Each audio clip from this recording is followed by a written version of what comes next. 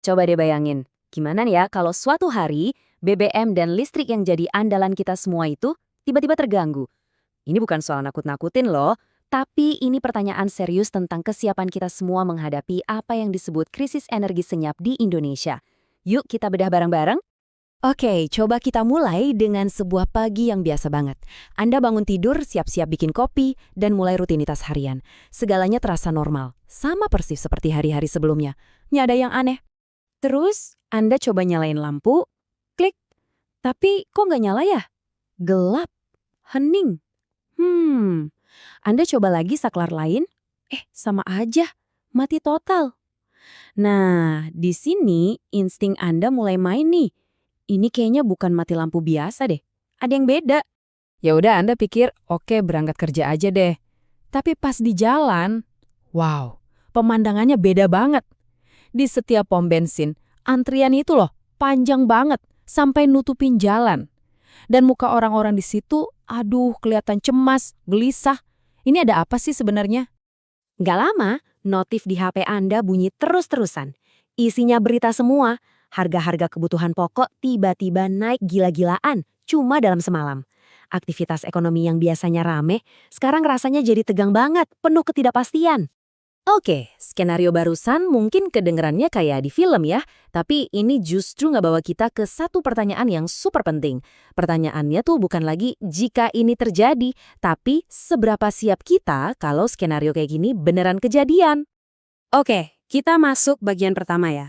Krisis energi ini, skenario yang nyata atau cuma fiksi aja sih? Jawabannya, ini bukan cerita fiksi lagi. Jadi apa sih krisis energi itu? Gampangnya gini, krisis energi itu adalah sebuah masa di mana pasokan energi vital kayak BBM dan listrik di sebuah negara itu terganggu parah. Dan ini bukan teori loh, sejarah udah ngebuktiin banyak negara pernah ngalamin ini. Penyebabnya macam-macam, bisa karena konflik geopolitik di belahan dunia lain, masalah di jalur distribusi, atau karena negara itu terlalu bergantung sama impor. Karena gini, energi itu ibarat jantungnya ekonomi modern.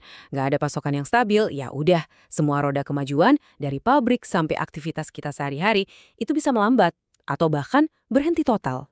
Nah, sekarang kita lihat nih, gimana masalah energi di satu tempat bisa nyebar ke seluruh dunia. Ini yang namanya efek domino ekonomi global. Lihat deh alurnya ini, gampang banget buat dimengerti. Semua berawal dari gangguan energi di tingkat global, entah karena konflik atau kelangkaan. Terus, apa yang terjadi? Biaya logistik, ongkos kirim, langsung naik. Efek berikutnya, harga barang-barang ikutan meroket. Dan ujung-ujungnya, daya beli kita semua anjlok. Jadi, masalah yang kelihatannya jauh di sana, ternyata nyambungnya langsung ke dompet kita masing-masing. Oke, biar lebih kebayang lagi, kita bahas yuk dampak langsungnya ke hidup kita. Biar lebih personal. Gimana rasanya krisis energi secara langsung? Pertama, ongkos transportasi pasti naik. Terus harga makanan di pasar ikut-ikutan naik juga. Pabrik-pabrik produksinya melambat, akibatnya barang bisa jadi langka. Uang belanja keluarga jadi makin ngepas. Nah ini yang mungkin gak kepikiran. Bahkan akses internet bisa kena imbasnya, soalnya pusat data itu butuh listrik yang super stabil. Oke, kita udah tahu dampaknya. Sekarang, gimana caranya biar kita bisa membaca tanda-tandanya dari awal? Di bagian ini kita belajar ngenalin sinyal-sinyalnya. Tanda-tandanya tuh seringkali halus, nggak kelihatan langsung. Misalnya, biaya hidup kok rasanya makin lama makin naik ya. Harga BBM juga fluktuatif banget, naik turun cepat. Terus coba perhatiin, perusahaan-perusahaan besar juga jadi lebih hati-hati, nahan diri buat ekspansi. Dan mungkin yang paling kita rasain, kita jadi mikir 2 kali sebelum jajan atau beli sesuatu. Penting buat diingat, ini tuh bukan kayak badai yang datang tiba-tiba. Bukan, ini lebih mirip kayak tekanan yang pelan-pelan membangun, menekan kita dari segala arah, sedikit demi sedikit. Terus kita harus gimana dong? Nah, ini dia bagian paling pentingnya. Kesiapan di atas kepanikan. Ini bukan soal rasa takut, tapi soal strategi. Coba kita bandingin ya. Di satu sisi, ada reaksi panik, ambil keputusan buru-buru, ikut-ikutan orang lain tanpa mikir. Di sisi lain, ada strategi yang siap. Kita paham situasinya, kita kelola keuangan dengan pintar, kita potong pengeluaran yang nggak penting, dan yang paling krusial, kita bangun dana darurat. Ini bedanya antara jadi korban atau jadi kapten buat kapal kita sendiri. Jadi solusinya apa? Oke, kalau di tingkat negara, PR-nya ya cari sumber energi lain, kurangin impor.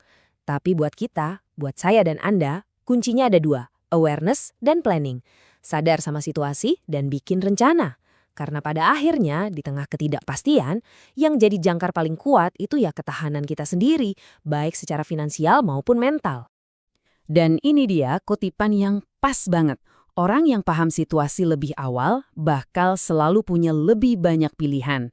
Inilah inti dari semua persiapan kita. Tahu duluan, itu adalah sebuah keuntungan. Karena ya kita nggak akan pernah bisa nebak masa depan dengan pasti. Nggak akan bisa. Tapi satu hal yang pasti, kita selalu bisa mempersiapkan diri lebih baik lagi untuk menghadapinya. Pembahasan kita hari ini cuma langkah awal. Kalau Anda merasa perlu untuk terus mengasah cara berpikir strategis, ngikutin tren ekonomi global, dan dapat wawasan praktis buat masa depan yang lebih tangguh, pastikan Anda subscribe channel Langkah Selanjutnya. Yuk kita ambil langkah selanjutnya bareng-bareng.